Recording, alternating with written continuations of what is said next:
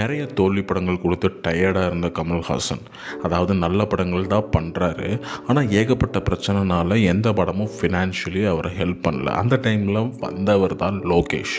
RKFI Raj Kamal films இன்டர்நேஷ்னலோட ஒட்டுமொத்த financial ப்ராப்ளமை solve பண்ணுறதுக்கு ஒரே ஒரு படம் தான் தேவைப்பட்டுச்சு, விக்ரம்.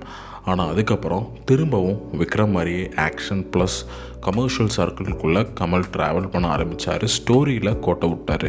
இப்போவும் இந்தியன் 2ல் வர அந்த எச்சரில் எழுதுகிற மேட்டர்லாம் எப்படி பண்ணுறதுக்கு அக்செப்ட் பண்ணாருன்னு தெரில. அதே மாதிரி திரும்பவும் தக் லைஃப்பில் same format, action fact entertainer, result 0. இதே பேட்டர்னில் தான் அன்பறிவு மாஸ்டர்ஸ் கூட பண்ண போகிற படமும் நினைக்கிறேன். ஃபைட் மாஸ்டர்ஸ் டைரக்ட் பண்ணுறதா இருந்தால் கண்டிப்பாக அது ஒரு ஆக்ஷன் ஃபிளிக்காக தான் இருக்கும்.